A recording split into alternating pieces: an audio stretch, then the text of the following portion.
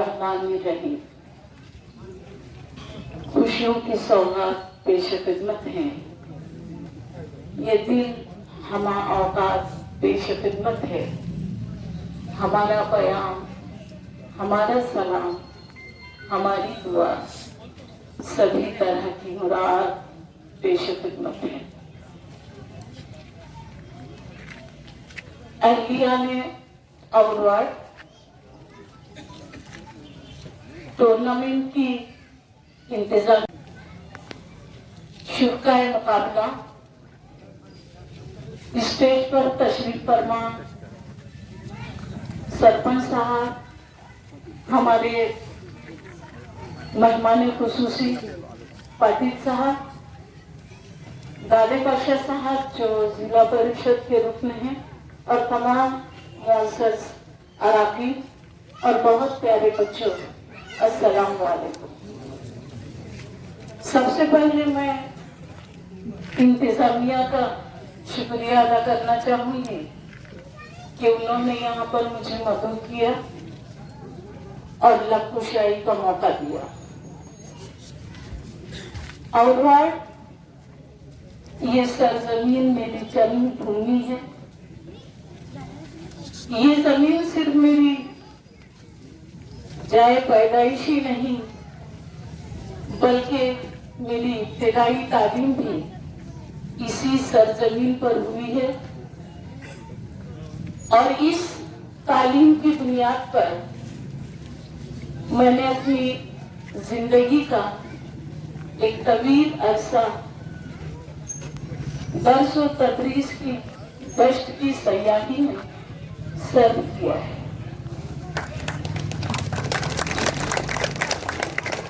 मेरी खुशनुमाई है कि अल्लाह ताला ने मुझे तदरीस के मुकद्दस पेशे से वाबस्ता किया और पिछले 2 साल पहले मैं high school and junior college की प्रिंसिपल की हैसियत से अपने ओहदे से सुपुर्दोश हुई हूँ। अवार्ड की भी खुशनुमाई ये रही है कि अरसे दराज से ये देहात कौम के मेमारों का देहात रहा है। यहाँ के फारिग तलबा जो हैं वो न सिर्फ महाराष्ट्र बल्कि दीगर इलाकों में भी दर्स व तदरीस के फराइज बखूबी अंजाम दे रहे हैं। बेशक तदरीसी काम जो है वो मुकद्दस काम है, कौम की तामीर का काम है, और इसीलिए ये हकीकत है। हम बचपन से ये सुनते आए हैं, देखते आए हैं कि औरवाड़ ये देहात जो है वो खवानदगी की शरह में अतराफ व अपनाफ के देहातों में सबसे ज्यादा आगे रहा है। और इस देहात में, इस छोटे से गांव में अपनी शनाख्त, अपनी पहचान बनाकर रखी है। अपनी दानिश्वरी, अपने इल्म और तदब्बुर के बलबूते, अपनी एक इनफरादी तहजीब के बलबूते इस देहात में अपनी एक अलग पहचान और अपनी एक अलग शनाख्त बना रखी है। इस मौके पर मैं कहना चाहूंगी कि इस देहात की तामीर में बहुत सारे अफराद की कोशिशें शामिल हैं। कुछ अफराद यहाँ पर मौजूद हैं, मैं उनके नाम लेना यहाँ पर यानी वक्त कम है और मैं सबके नाम नहीं लूंगी। आप जानते हैं कि इस देहात की तामीर में किन अफराद की खिदमत और काविशें शामिल हैं। और मैं ये भी कहना चाहूंगी कि हमारे बुजुर्गों ने इस छोटे से देहात को, गांव को इल्म का गहवारा बनाया है। इस मौके पर मैं अपने तमाम मरहूमीन को आप तमाम की जानिब से खिराजे अकीदत पेश करना चाहूंगी।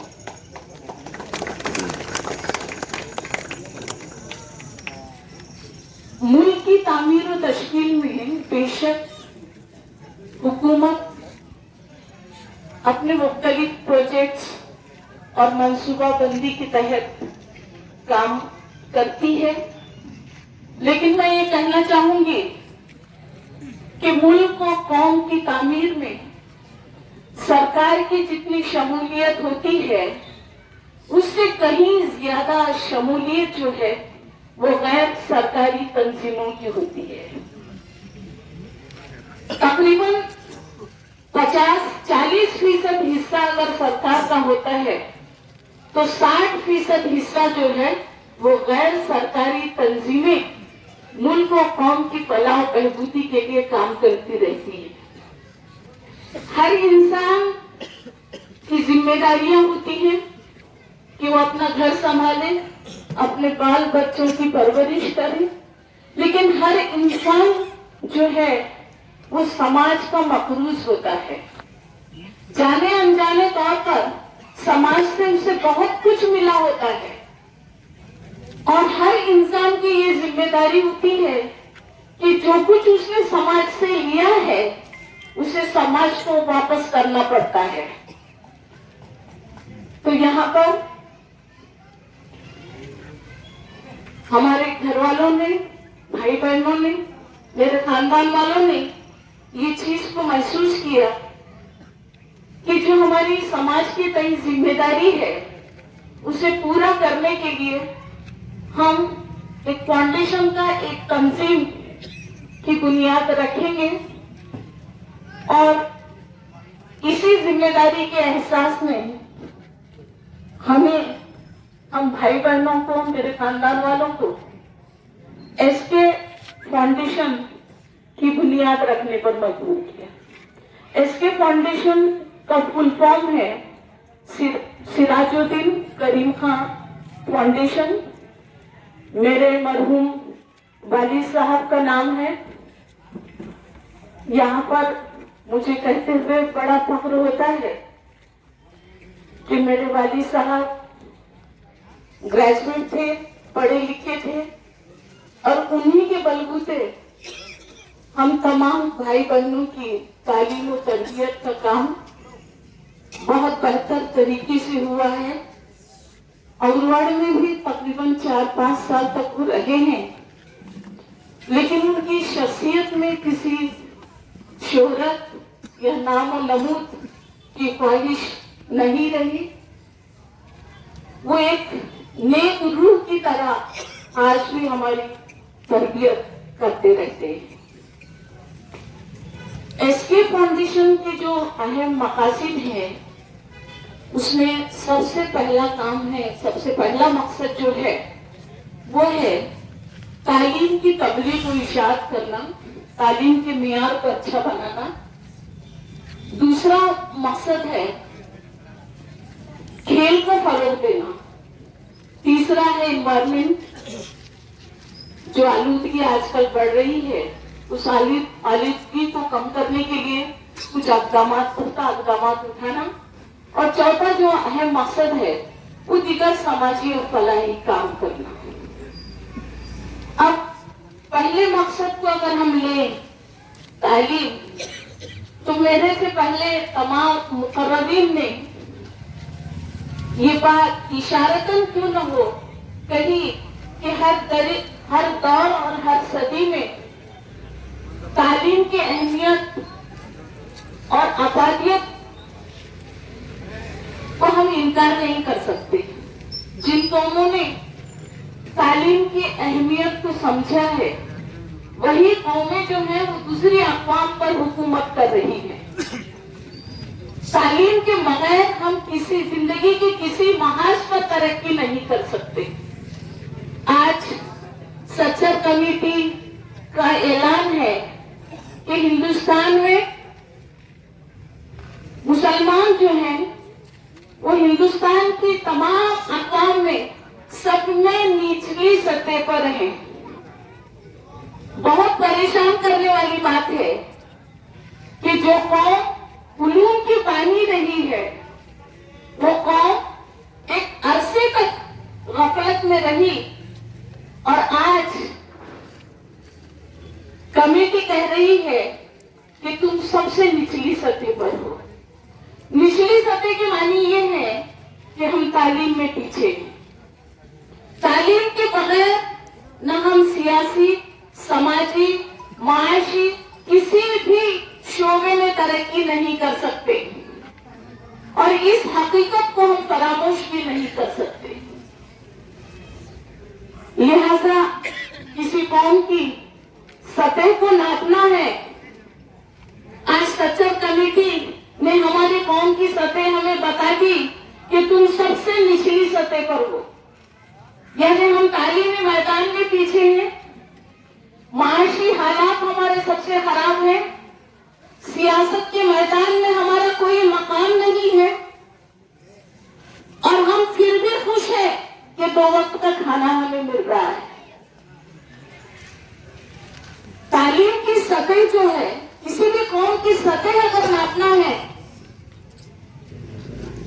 तो स्कूलों की सतह को नापो, क्योंकि कोई कौम स्कूल की सतह से ऊपर नहीं जाती। अब यहाँ पर मैं माजरत के साथ कहना चाहूंगी कि जिस चीज की तरफ हमारी तवज्जो नहीं होना चाहिए वहां पर वो तवज्जो उस हद तक नहीं है। इसीलिए मुझे मालूम नहीं है, क्योंकि मैं और वार्ड में मेरा आना जो है मेरी अपनी मसरूफियत की वजह से बहुत कम होता है। अब मैं अपने ओहदे से रिटायर हुई हूँ, इसलिए शायद बार बार आना होगा।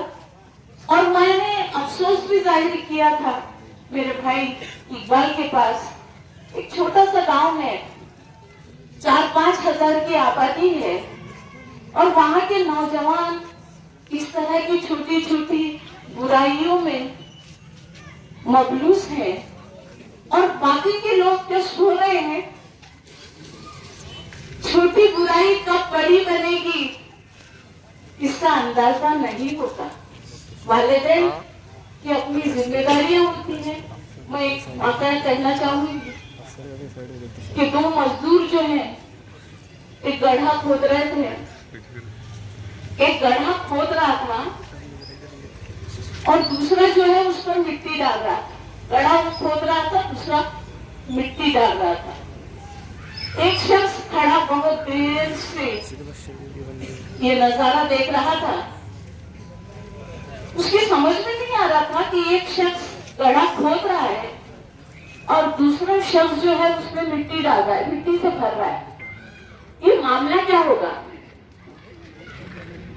उसने जाकर उस शख्स से पूछा कि भाई गड्ढा खोदा जा रहा है, उसमें मिट्टी भरी जा रही है, मेरी समझ में नहीं आ रहा है कि ये चला क्या है। तो वो दोनों मजदूर कहते हैं कि इस गड्ढे में बीज बोने वाला शख्स आज गैर हाजिर है। हमारा जो काम है, हमारी जो ड्यूटी है हम कर रहे हैं। मेरी ड्यूटी है गड्ढा खोदना, इसकी ड्यूटी है गड्ढे में मिट्टी डालना, लेकिन बीज बोने वाला इंसान गैर हाजिर है। हमारी कौम का अलमिया यही है कि बीज बोने वाला जो है वो हमेशा से गैर हाजिर रहा है। और ये बीज बोने वाला है कौन? वालिदैन। बच्चे जब पैदा होता है तो पैदा होते ही बच्चे की तालीम और तरबियत पर हमारी 100% तवज्जो होनी चाहिए। किस स्कूल में जाता है, क्या पढ़ता है, क्या पढ़ाया जा रहा है, सही पढ़ाया जा रहा है, गलत पढ़ाया जा रहा है, पढ़ाई हो रही है, पढ़ाई नहीं हो रही है, इस जानिब हमारी तवज्जो होनी चाहिए। और याद रखो, स्कूल का निसाब जो है, सिलेबस जो है 40% स्कूल कंप्लीट करता है, लेकिन 60% कंप्लीट करने की जिम्मेदारी जो है वो वालिदैन की होती है। अब यहाँ पर जो छोटी छोटी खराबियां शुरू हुई हैं, उसकी असल जड़ है शॉर्टकट की आमदनी। हमें शुरू में ऐसा लगा कि अल्लाह ताला ने पैसा कमाने का जो आसान जरिया हमको दिया है, ये तो हम पर रहमत बरस रही है। लेकिन याद रखो, शॉर्टकट से जो मकासद हासिल होते हैं, शॉर्टकट से जो भी चीजें हासिल होती हैं, वो उतनी ही जल्दी चली भी जाती है। उसकी कोई बुनियाद, उसका कोई पाया नहीं रहता। तो इसके लिए इमारत खड़ा करनी है बच्चों की,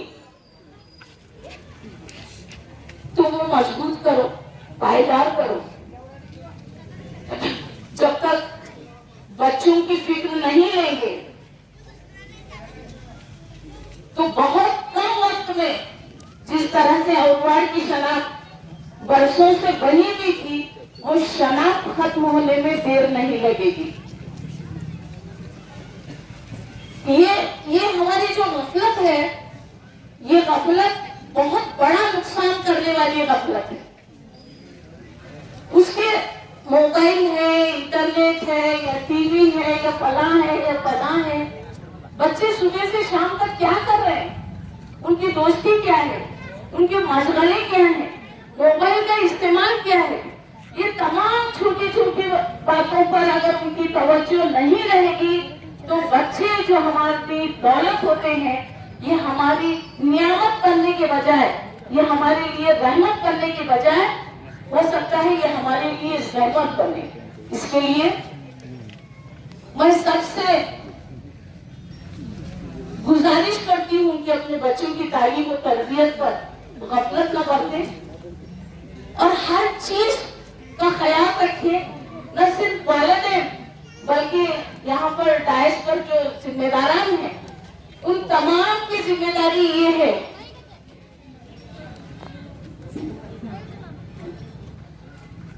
कि वो बच्चों की तालीम और तरबियत पर तवज्जो दें। अब पहला मकसद जो है, हमने एसके फाउंडेशन की जानिब से स्कूलों की मियार के ताल्लुक से हमने प्लानिंग की थी, टीचर्स की ट्रेनिंग के ताल्लुक से हमने प्लानिंग की थी, लेकिन कोरोना की वजह से मार्च में हमने हमारे एक्सपर्ट जो है, रिसोर्स पर्सन पुणे से आने वाले थे, लेकिन इसमें हम और कोई भी काम करेंगे तो औरवाड़ से जो मोहब्बत हमको होती वो तो इतनी है कि हम यहाँ के स्कूलों से शुरू करने वाले हैं इंशाल्लाह। तो ये कोरोना की वजह से मुलतवी किया गया है। एसके फाउंडेशन की तरफ से कुछ स्कूलों को तालीमी वसाइल तकसीम किए गए और फिर कुछ यूनिफॉर्म दिए गए हैं, यानी हम तालीम के लिए भी काम करना चाह रहे हैं और इंशाल्लाह ये काम में शिद्दत आएगी।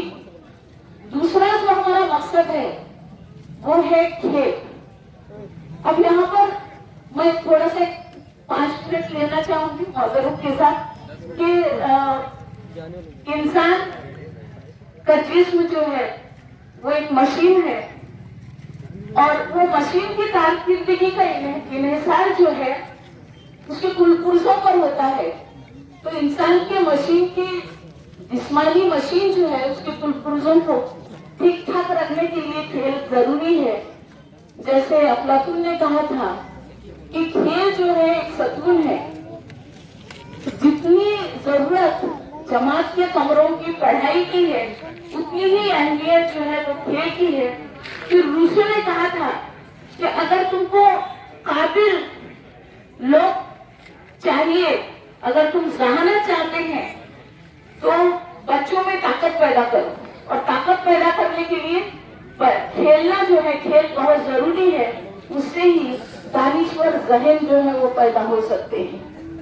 इस तरह से नेपोलियन के बारे में मालूम है कि उनको शिकस्त देने वाला जो जर्नल था, वो जो है वो खेल के मैदान में उसने अपनी जुर्रत और इस्तकलाल का दर्ज लिया था। तो खेल की अहमियत से हम इनकार नहीं कर सकते। नज़्म ज़ब्त है या कवायद वो ज़ाब्ते की पाबंदी है या हर मुकाबले में जीतने की जो जोश रहता है, ये तमाम चीजें जो है वो खेल की वजह से पैदा होती है। तो पिछले 8-10 रोज से यहाँ पर क्रिकेट की टूर्नामेंट का इनेकाद हुआ। बच्चों ने बहुत बढ़ चढ़ कर हिस्सा लिया और मुझे खुशी है। हार और जीत जो है वो तो होती है, मुकाबले हैं, लेकिन जो भी हारे हैं वो बिल्कुल हिम्मत को हारना नहीं है। अगले मुकाबले में जरूर इंशाल्लाह उनकी जीत होगी। अब यहाँ पर ये जो आगाज हुआ है, इस आगाज को कायम और दायम रखिए ताकि बच्चे जो है वो छोटी छोटी बुराइयों से दूर रखे और कामयाबी काम करें। सिर्फ मैं आकर में कहूंगी कि गहराइयों में रूह की सूरज उगा के देख, गहराइयों में रूह की सूरज उगा के देख, एक तृष्णा लब को धूप में पानी पिला के देख, निकलेंगे तेरे घर से खुशबू के काफिले, आंगन में एक गुलाब का पौधा लगा के देख। मौजें कभी तो हारेगी अपने यकीन से, साहिल को रोज रोज घरों पे बना के दे। तो बहुत नेक उम्मीदों के साथ, दुआओं के साथ और जितने भी तामीरी काम यहाँ पर होंगे मुस्तकबिल में, तो गायबाना तौर पर क्यों न हो, हम पूरा ताबून देंगे क्योंकि अवार्ड से हमें बहुत कुछ मिला है। इंशाल्लाह उसे हम लौटा देंगे। शुक्रिया। आपकी तो